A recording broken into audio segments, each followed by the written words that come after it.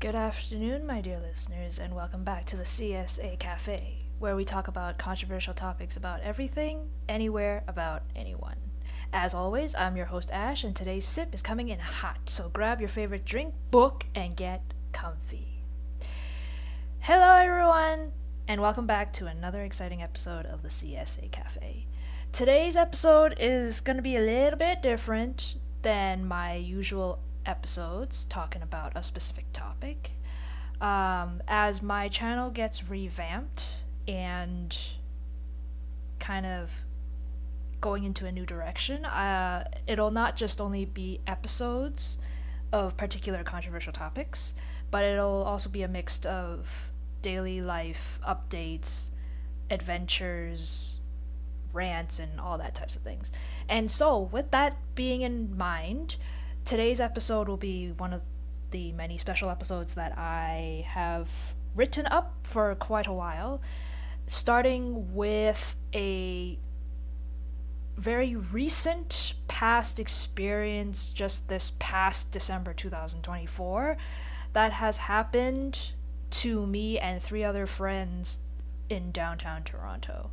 And so, for the sake of confidentiality, I will be changing my friends' names for the sake of safety, other than my own, of course, because this is my channel. But for the safety of my three friends, I'm going to be kind of changing their names and altering a little bit of their personalities and backgrounds and all that type of stuff. But the story and the content and the info still stands. So, to begin, just a little bit of a background info, is that I'm a huge introvert, and you would only ever hear me speak about probably 4 or 5 individuals simultaneously.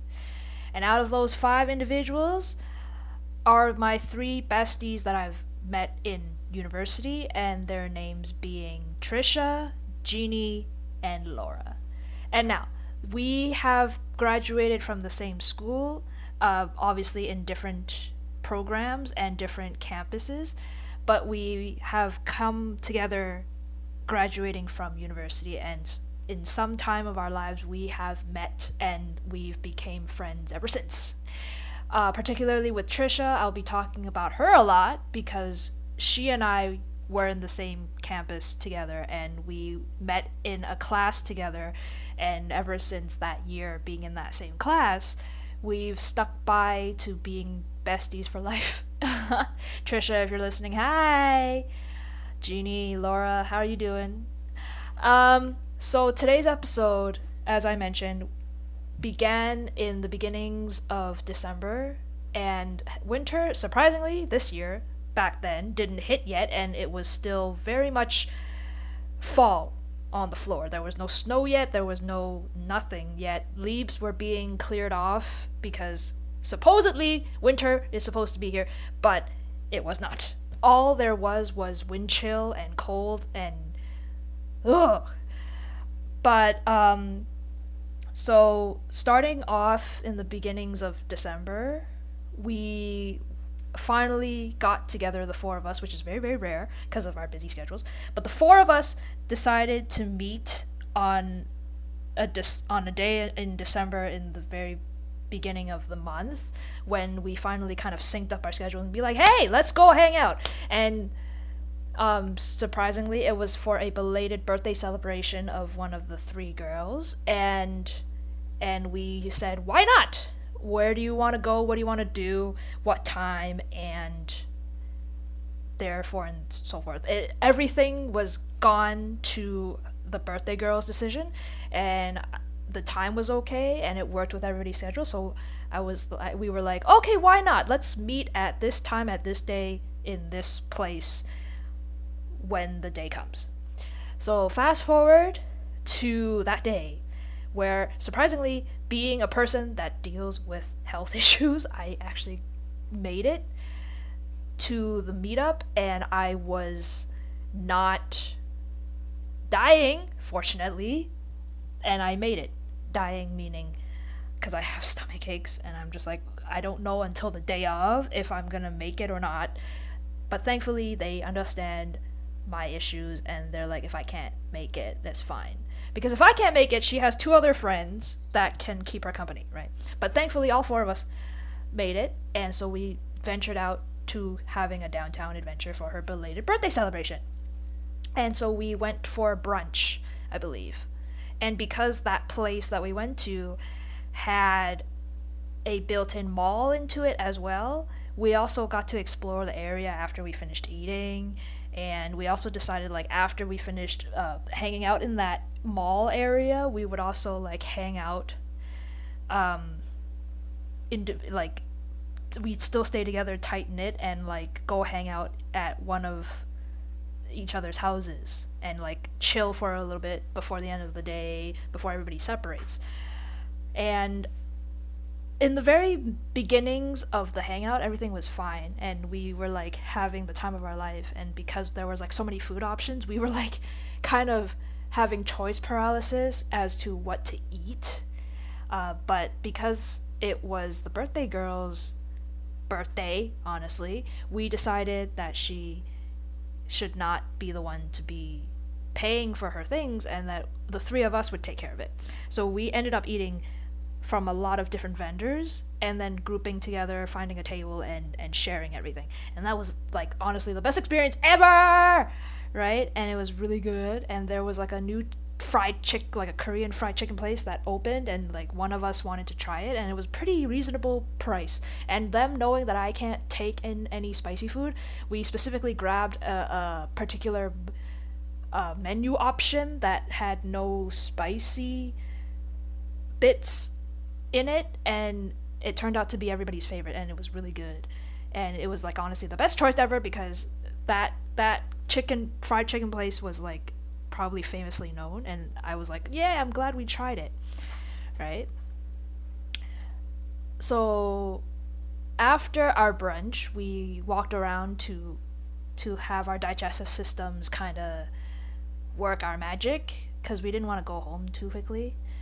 And then I said that we should get some dessert, and the only way to get some dessert is to go and try out that little coffee cafe at the corner of the mall area. And so the three of us went there and got drinks as a form of dessert. And lo and behold, my surprise, Ginny helped me pay for mine because I don't know if I was too slow in getting my wallet out, but she offered to pay, and I was like so forever grateful. And I'm just like, this friendships are not transactional. And I was like, I ask, even if I know the answer or not, I ask out of courtesy and politeness. I'm like, do I have to pay you back because you literally just whipped out your credit card and just like paid for me? And I'm like, do I need to pay you back? She's like, no, it's okay. And I was like, oh my gosh, these are like the best little tiny moments that are very rare to capture. And it's just, I love her absolutely. Thank you. Still to this day, I really remember that memory. She's done it more than once, and I'm always forever grateful for every time that happens. And it's just, that's how you gain trust, guys. So after our dessert, we then ventured out to finally going back outside, and we did say that we'd visit to chill at one of our houses, and we agreed to visit one of them. And although it was a long walking distance because we didn't want to pay TTC money, we decided to treat it as exercise, and we walked back by foot. And it was like not that bad, but because it was like also very chilly, as it's like the first hint of winter, it was quite chilly that day. And 20 minutes turned into maybe like half an hour or something because it was like super cold. Now, the walk back to one of our houses to just hang out, that's where it started getting a little bit creepy. When we started walking back, we, knowing that I'm ASD and Trisha is one person that has a disability and she uses a walker, the whole group of the four of us, we're considered neurodivergent, plus 2 out of the 4 of us have disabilities. We never hold it against each other, and we don't really talk about it much because it's like so natural and it's like the norm because we don't care. It's like, oh, okay, whatever. We just want to see you. We don't care, you know. But we're very inclusive and stuff, right? And this is where our instincts of realizing who we are and what we have and what we are became dangerous. Because during the walk back, I thought that we almost arrived, which we technically almost did. But I was wondering why we were going around in circles at one point. When I recognized the area that we're in, I'm just like, oh, we're almost there, yay, we get to chill and get to stay indoors and out of the cold, right? I noticed at some point, even though it's really late, that we kept going around in circles in an area where we were really super familiar about. And I was wondering what was going on. So I leaned over to Ginny and asked for some insight. And because I was like, what's going on? I thought maybe, why are we going around in circles? Maybe is it because her and her sister, were running errands before we head on up, But that was not really the case of what's happening. So to draw you guys a picture, we usually alternate, it's very naturally without us knowing, is that we have a tendency to wait for each other because each other's walking speeds are different, right? And we wouldn't want to leave people behind. And so we have a tendency to check back behind us to see if they were still following us. This is very crucial. So to draw you a picture, Ginny and I were at the front. Laura and Trisha were at the back. Keeping in mind, we always gear up in pairs, even if we are together. Because again, if one of us walks too fast or too slow, there's always a buddy system following the other person just to make sure that we're safe. But we still walk in groups. So keeping in mind, Ginny and I were at the front, Trisha and Laura are at the back. And Trisha and Laura were the ones to first realize something's wrong. And the reason why I leaned to Ginny to ask what the heck's going on is that they were actually not even running errands or like going to somewhere to like get something done. But they were purposely running around in circles and trying to shake someone off because Laura's told Ginny that there was a predator, stalker person that was starting to follow us from the moment we left the mall. Like shortly after we left the mall, around the time where we passed by some bar was when they noticed somebody was tailing the 4 of us. Particularly why we noticed was that he started tailing Trisha and Laura first, and Laura noticed something was off and kind of ever so subtly looked back and realized this guy was shamelessly tailgating us. Because for some odd reason, we looked like an interesting target to be preyed on. Like, other than the fact that all 4 of us are Asians, but like I think what caught his eye was because Trisha uses a mobility device. I don't know what was going on in his brain, but I think he thinks that we move slow because we gotta wait for her or whatever, which is not a problem, by the way, but like due to the fact that I guess to him, we stick out like a sore thumb, he started tailing us from when we passed by a bar, which is, by the way, permanently closed. He was probably, like Laura said, he was probably following us even way earlier before that, but for some odd reason we just realized, like, oh, deer in the headlights, all eyes up, is that it was very obvious that we started noticing him from when we passed by a bar. And so from there, because we knew that somebody's tailing us, we started upping our awareness and literally trying to be as natural as possible. We were looking like we know where we were going, but honestly we were just going around in circles. But we were literally whispering, like the back and the front, all of us were kind of whispering, kind of discreetly, going like, okay, so where should we go next? Where should we go next to shake this guy off? So we I don't know how many rounds of laps we did, but we did a lot until we couldn't take this anymore, and we whispered and we collaboratively kind of agreed to go to some ice cream shop that we had our beeline eyeballs on. We went into a nearby ice cream shop to look like we wanted to have a second dessert, because again, we're trying to make it look as natural as possible, right? So we all four of us beelined and walked towards a goddamn ice cream shop to kind of stay there. And mind you, this ice cream shop was very tiny, and it's all transparent, like the windows are you can see, and we clearly saw, or rather the three of them instead of me, because I can't really make point of where things and people are, but the three of them found where he was standing, literally blatantly out in the open, waiting for us to come out of there. He was trying to, probably from what I heard, I think he was trying to naturally look like he's not tailing us and stalking us and stuff, but like he was doing such a bad job. Like Laura said, he was doing a very terrible job at trying to obviously make it look like a broad daylight friggin' kidnapping.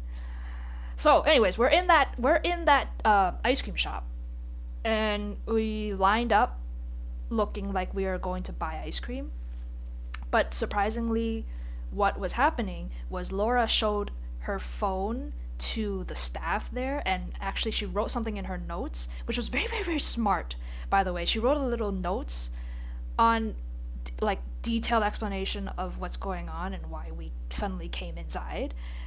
And she said the code words for it so that it'll grab the staff's attention, and then she literally just showed them her phone to them, and instantly the attitude and behavior and eyes of the staff changed, and they knew immediately what was going on. So when that was settled and that the staff knew what was going on and who was outside and stuff, I proceeded to making it even more natural and being like, hey, do you guys do sampling before selling ice cream to people? And thankfully they said yes, we offer 2 samples. So I was not joking, they literally gave me a sample, and I wanted to make it look natural even though I couldn't have ice cream. But because it's a sample and it's on like a tiny little testing wooden spoon, I was like, a little bit of ice cream wouldn't kill me. So I had ice cream, and I picked out the flavor I wanted to try, and it was really nice. I gave some to Trisha or Ginny to try, and again to make it as natural as possible. Later on, as the other, because there were other people in the store, as the other people left, we were still in, and so then the store turned out to have a little bit more room. One of the staffs so discreetly but naturally led us to sit down somewhere, even though we were still wide in the open, but we went to sit down as if to wait for our ice cream order. But really, honestly, what was happening was the staff was trying to give the 4 of us all some room to breathe and process what the hell was going on, because the predator was still outside, mind you, right? And so thankfully we got a spot at the table for me and Trisha, and we were still conversing with the staff to calm down and stuff. We looked at the time, because we kept we kept a lookout on the time because we met at 12, and it was getting late into the evening. So this wild goose chase, honestly, that's what it was. This wild goose chase went from broad daylight to pitch ass dark. I swear to God, that's how long it took us to shake off this guy. But I will get to the point why it became from broad daylight to pitch ass dark, and I can tell you later why it's so goddamn just dangerous. So after everybody was debriefed on what was going on, the staff knew what was going on. One of the many staffs asked us if we wanted to actually exit through the back exit, which nobody would see because it's a back exit only for staff only. But because they know of our situation, they let us all go through the back exit and try to shake off this guy. And we, of course, were so ever grateful and thanked the staff for helping us, and they wished us safety and hope that we'll be all okay and hope that this guy would be out of our asses, right? So I thought that was over, like when they let us out in the back entrance and we just continued walking, like, oh my God, he didn't see us leave or whatever. Because I was thinking that he thought that we all went to the washroom, because the washroom's like usually like for cafes like that size, they usually put the washroom at the back. So I was hoping, thankfully I hoped that he thought we all needed to use the washroom. But unfortunately, when we came out of the back entrance of that ice cream store, we were not out of the woods yet. Apparently we were still not out of the woods yet, because I still realized that we were still being tailgated on. Because I this time we switched. Ginny was with Trisha and I was with Laura. And this time, still with the same order, Laura and I were at the back, Trisha and Ginny were at the front. And although I may look like I'm more able-bodied than Trisha, Laura and I are the powerhouses for this type of situation. So and Ginny knew what to do, keeping a close eye on Trisha. So we were safe to have Trisha be in front because we have our eyes on her. All of us do. So having me and Laura at the back as like the bodyguards was the best decision, even though I was scared myself, given that I have ASD and I have like absolutely probably no cue whatsoever of what the hell was happening. So anyways, going back to the story, the fact of the matter is that we switched positions and we stayed at the back, they went to the front. The guy somehow knew and found us still, even though we exited through a different door, because I think Laura's told me that the guy's still clearly right behind us, because she was not shameless, sorry, but like she was bold enough and confident enough in being like, you know what, let me see if this guy is still behind us. Lo and behold, she tells me he still is, and she gave me a very detailed description of what he's wearing, what he looks like, what race he is in, and where he's at, and like what he's doing, so that I'm aware this time for my eyeballs who we're dealing with here. So basically what's going on is this guy, we still can't shake him off. At this point in time, it was probably sunset at this point when we still were walking. And I think we were kind of blindly eyeballing where we were going at this point because we were getting really tired. Because whether or not we noticed it by ourselves, like I said, it was from broad-ass afternoon daylight to pitch-ass dark. I said that we treated it like exercise, which it was, but the fact that this wild goose chase went on for quite a long period of time, all four of us were pretty much exhausted, because again, we came from a supposed birthday celebration. We ate something, and there's something called food coma, and it's real. Like, we were thinking to relax after we finished food, but we We encountered ourselves in an unfortunate situation, legit in the middle of the GTA, and we didn't know if we were gonna make it out alive. So anyways, we at this point, like I said, we were blindly walking around in circles again to try and look for a new place to hide out. This is the second half of probably the longest walk ever, or the longest lap ever, before we settled in a glow-in-the-dark golf bar thing. So because all this time while we were walking, we were talking again, whispering to find an accessible bar where Trisha can enter in with ease without any much assistance, because literally we're at a danger zone, and if we find a bar that had like a step before you enter through the door, we're gonna be in deep trouble. So given that we couldn't find it for the longest time, we were getting scared. Like we were trying to keep our cool in our faces, in our body language, because like we are literally still out in public, which is a good thing that we stayed out in public, which is good. And none of us went home because we didn't want to have this guy know where we lived.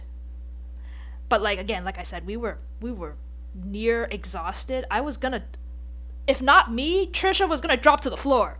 That's how tired we are. And because Laura and I were at the back, at some point I nearly blew our cover, because I was like, oh, what are we doing? Or I didn't say what we were doing, but I was like, again, tired and unmasking almost, and like I didn't know what to do because I wanted this to be over. It felt like it felt like Squid Game. Okay, like Laura whipped out her phone at one point when we were still walking around trying to shake this guy off. She whipped out her phone and she wanted to take a picture, and I was like, oh, let me join in for this picture. And it was like, because she's like, oh, let's take a selfie or whatever, or like she wanted to take a picture by herself of herself to like commemorate this memory or whatever. But I joined in. I'm like, oh, because she's like, let's take a selfie. So I was like, I joined in. I was like, oh, smile. And it was a really cute picture. Like, I honestly, it was a really great picture. But I knew probably, because I have processed emotion, like I've delayed processing. It was later until I found out probably why she did that was not just for a simple selfie picture, but she was trying to figure out, trying to get this guy in the photo to expose him. And probably, I don't know if it was my fault, probably because upon knowing that, when I jumped in, I kind of tippy-toed, and I thought it was legit, really, she was taking a photo. I should have done something and like maybe lowered myself a little bit more, or like gave her a hug maybe, try to like make myself even shorter so that we can get this guy's picture in the frame. But because I kind of tippy-toed maybe, and if he was like smack really super right in front of us, or right behind us, we could have easily gotten this guy in the picture. But then again, it wouldn't look natural, or like I would make it awkward, and so then it would not look natural, and then he'll know what's up, and then he'll probably I don't know if he'll like sprint, and just we'd lose, you know. But like I still felt really disappointed at myself and angry a little bit. I'm just like, did I just ruin a perfect photo op opportunity to try and get like who this person is, you know what I mean? And then so finally, when we finally found that accessible glow-in-the-dark golf bar, Laura worked her magic again, said that magic speech, and showed her the phone to the staff that was taking down people and like serving them. She showed her the phone, and immediately again I saw the look change in the staff's eyes, that she immediately, her ears perked up, and she led us all the way to the back of the bar, where there's like, you people can't see from the inside. We can see outside, but they can't see inside, and nobody knows that this place of the bar exists. It's the back of the bar where it's concealed, and it's like basically tinted windows. You get what I mean? So we stayed there for the longest time ever, because that was the only safe place where we can finally unwind and just be ourselves.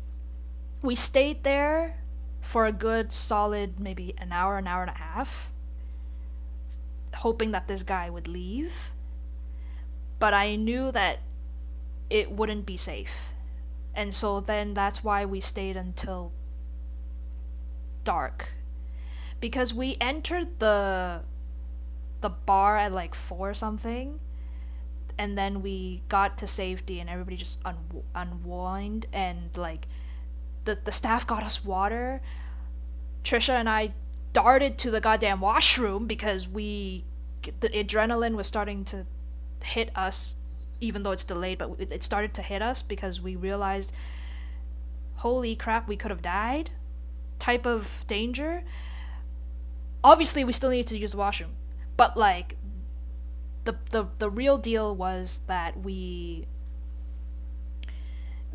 darted to the washroom because we were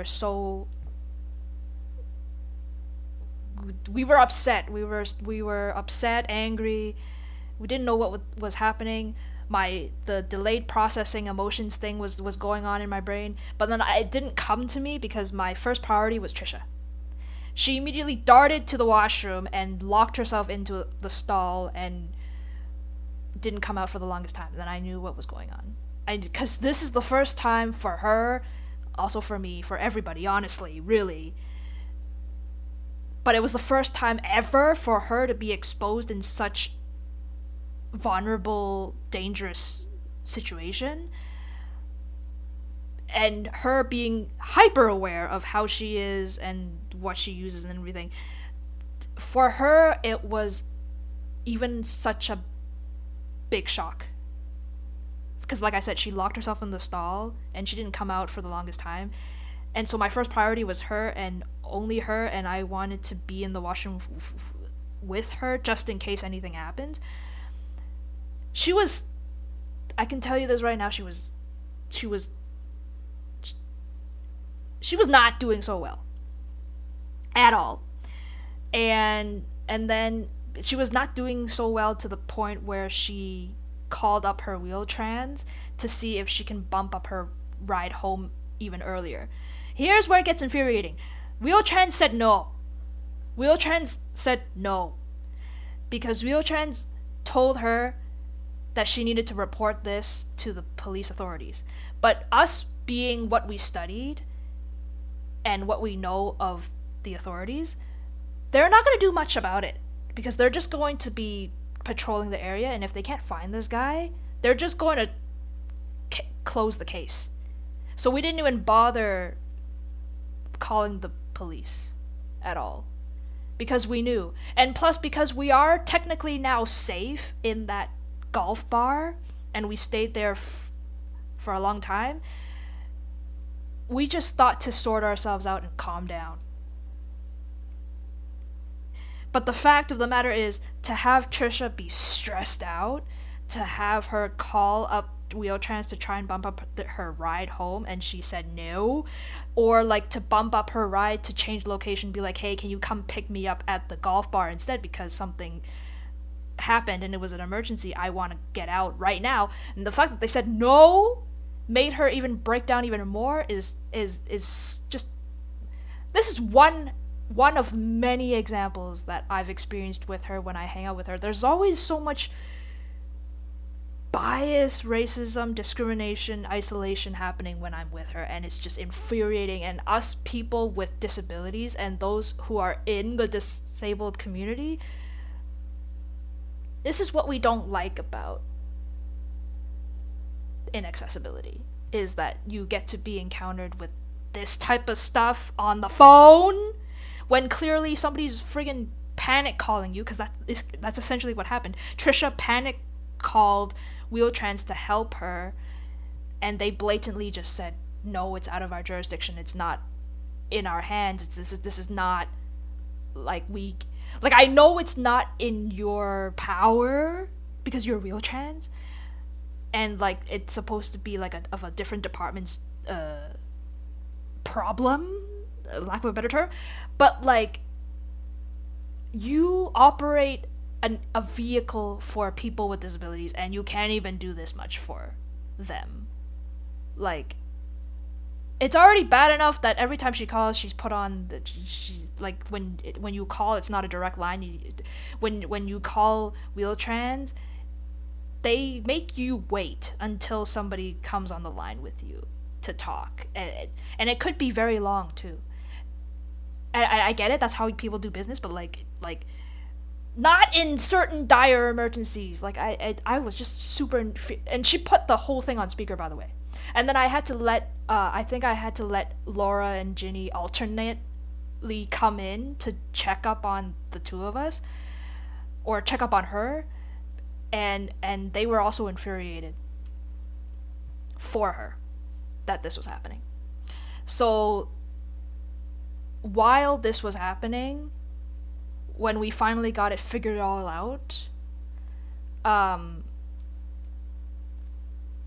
that when it's home time, one of us are gonna accompany her to where the bus is going to come pick her up, which is normally wherever it was normally to be, but the four of us split again, which is one person stay with Trisha, one person stay with me. Ginny ended up staying with me, and Laura ended up going with her, because Laura is by far one of the strongest people out of the four of us that if anything happens, touch on, like, knock on wood, she's safe, right? So what ended up happening was we stayed at the bar for a good solid 1 hour and a half. We were that scared to see if he was still hiding out somewhere, that we didn't dare go home.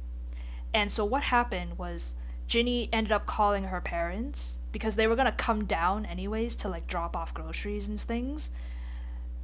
She ended up calling her parents and asking a favor, saying if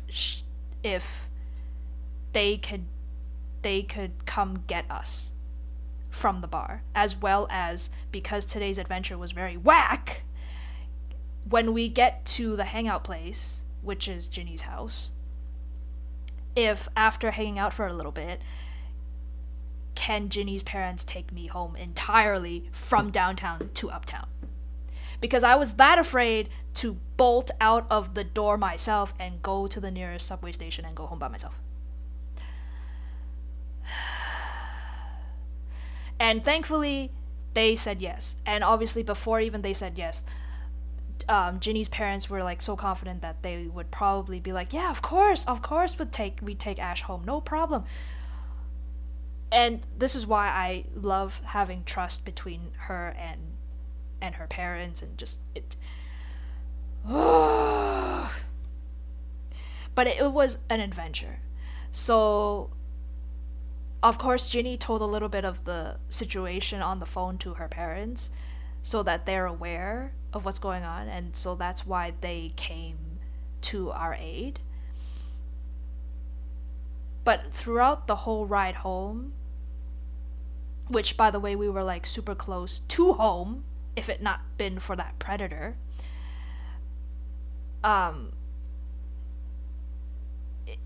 if it weren't for her parents, I don't know what would have happened. Because I think the more that you guys know me, the listeners, the more that you guys know me, the more you will know my background of how I was fearing to go home, thinking that I'd be yelled at. Because I was supposedly to be home earlier, because I live so far away. But because of this unfortunate, sudden, this like incident, I was thinking, oh my god, they better not friggin' yell at me, because I know for a fact what my parents might say, because I was afraid that honestly, if I were to say this situation, I knew the first things that would come out of their mouth would be, why didn't you sprint to the nearest subway station and go home immediately so that you can be out of the situation? This type of response, if I were to hear it, if I were ever to tell them what happened, is very insensitive, because this then shows me they are lying about how they always said that they're street smart, and that they ace at improvisation, because this is not improvisation. Keep in mind, there's the four of us. We collectively move together as a group, and we're out in public, which is an A plus already. When you're encountered with a dangerous situation that you can't go home or go your separate ways to do your own thing because you're being followed, the best way to not make the situation worse is to separate. You never should separate until the situation at hand is finally gone. So if you imagined that when we got to the bar and that we're safe, and God knows if the predator was hiding and I didn't know that, and I sprinted out the door to go home, that would be from four people to one person. Because he knows who we are and what we look like, what we're wearing. If I were out that door by myself, that means he's gonna turn his target to me, while the other three are safe and sound still in the bar. Because knowing these types of people, they will not let it go, and they will not give up. Regardless if it's 4 or 1 or 2 or 3, if there are any sudden changes and they recognize us, like I said, any one of us would be in trouble. Any one of us would be in trouble. And because the target has changed to me, lo and behold, if I did that, if I came home in a body bag, I don't know whose fault that will be. I absolutely don't know whose fault that will be. Because will I still get yelled at? Probably. Will I be blamed? Probably. But I didn't make it home in one piece. But if they blame me, is it my fault or is it theirs? For telling me I should just go home, sprint to the nearest subway station, I'll be fine. When, honestly, realistically, thinking back, maybe because I'm so unaware and I'm scared and my focus is elsewhere, God knows if he was gonna follow me all the way through during my subway station home, or subway journey home. Because I also transfer. Because I don't live on line 1. I live on line 2, and I need to transfer. God knows he followed me all the way. From subway to the transfer point to God knows.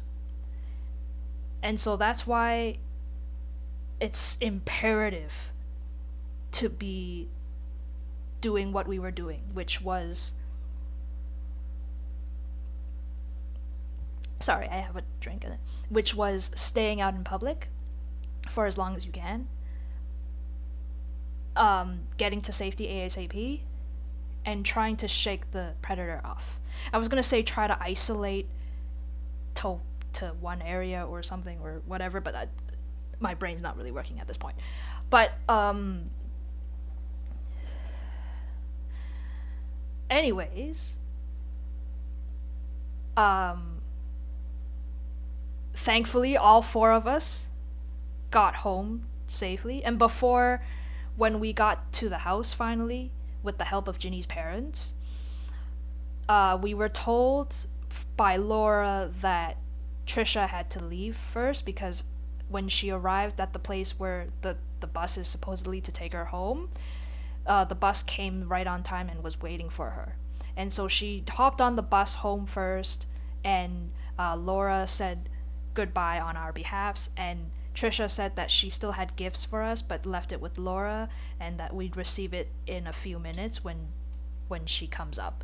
And even though we've encountered such a traumatic experience right smack in the middle of the GTA in broad daylight, Trisha still managed to give us gifts, even though it was her birthday, and that her birthday unfortunately got sidetracked through this unfortunate situation. she still found optimism and fun and brightness at the end. And obviously, for all of us, all four of us were shaken. And ever since that incident on the beginning of December, probably for the entirety of the month of December going forward, and until like the beginning of a little bit of January, just this January, it took us a long time to actually calm down and maintain our body back to its regular scheduled programming. You get what I mean?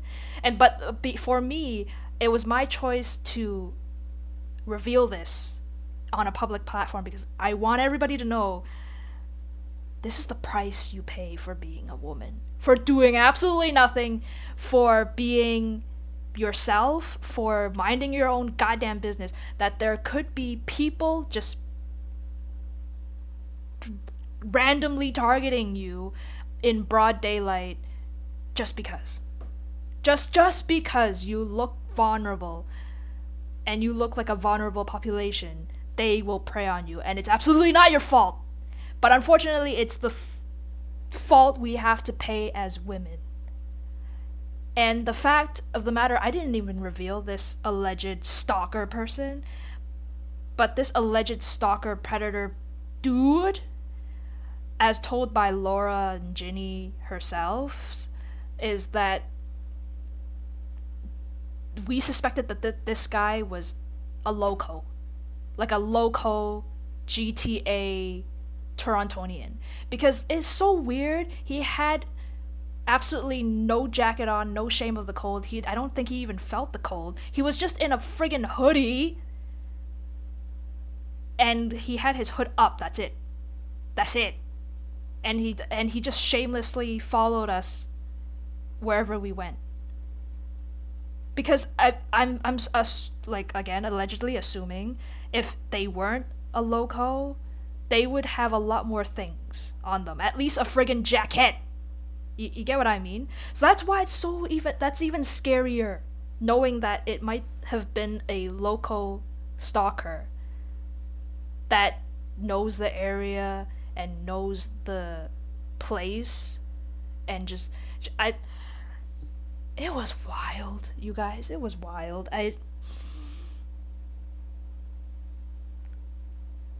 Again, me bringing this back up after being it buried for literally a month, right? It goes to show that if I remember in excruciating detail, like hour by hour, what happened, even though it's kind of messy because I'm still bringing it back up, it's still traumatizing. Yeah, it just goes to show my memory's working fine. The fact that I can remember this, even though it was a month prior, because it's January. Yeah, it's a month. And I still remember when we finally all went home, that the girls were telling me, please, please, please, please text me when you're home. And please, please, please update me on your condition, whether it's physical, mental, emotional, whatever. Text me any time of the day. Just let me know how you guys are feeling. Because other than us, it's the two of you that we're worried about. We've encountered this before and we know what to do, and it sucks still. We don't like it and it's exhausting for us too, but the fact that we are experienced, we come from a martial arts background too, we know how it is. But since you guys are our friends and the four of us besties stick together, we want to know how you guys are feeling. So any time of the day, just please contact us and tell us how you feel.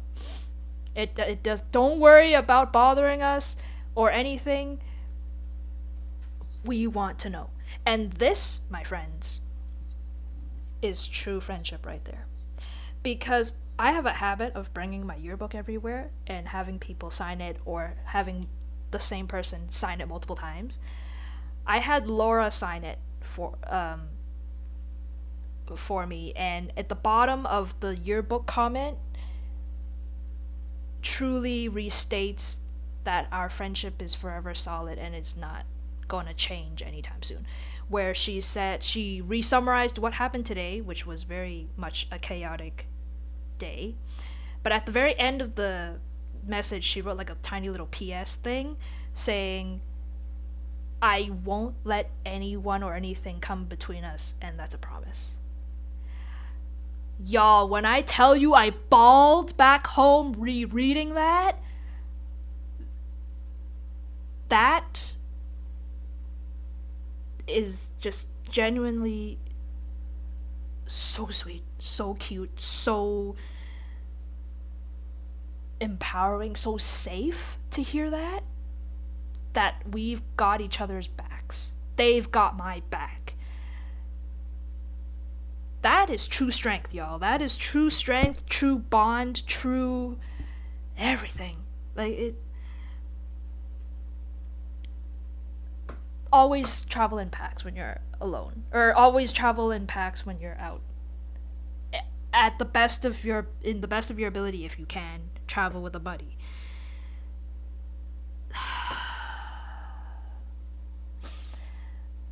It's gonna be hard because Trisha has a habit. It's not a habit, but it's a thing that she got used to. But like, because of what we experience, although it's not gonna change much, this got her more aware now, even more so than she already was. But like, she is one to be very independent, and she likes when she can do things by herself and be confident. And I trust in her. I still do, of course, as is everyone. But it's, you can't help but worry. You get what I mean? But it's absolutely not her fault for how she's born and what she uses and stuff. It's just, some people have no self-control at all. No self-control, no self-respect, no dignity, like no shame. Like, it baffles me. Again, like I said, this was in the smack in the middle of the GTA. Oh my god. But anyways, that's it for this adventure. All four of us are safe. We did not come home in body bags. We are fine. It's January 31st. We are still fine. Stay safe out there, everyone. This is one of many situations I assure you that a lot of women go through. And it's just unfortunate, again, this is the price we pay for being a woman, for being a minority, for being people in the neurodiverse community, for people being in the disabled community. It sucks. It sucks. Well, that's all the time that we have today. I hope today's tea warmed your stomach. Hopefully it didn't make you too scared and a little bit calmed down. But I hope today's tea warmed your stomach and satisfied your appetite. As always, I'm your host Ash, and I hope to see you again next time at the CSA Cafe. Have a good night.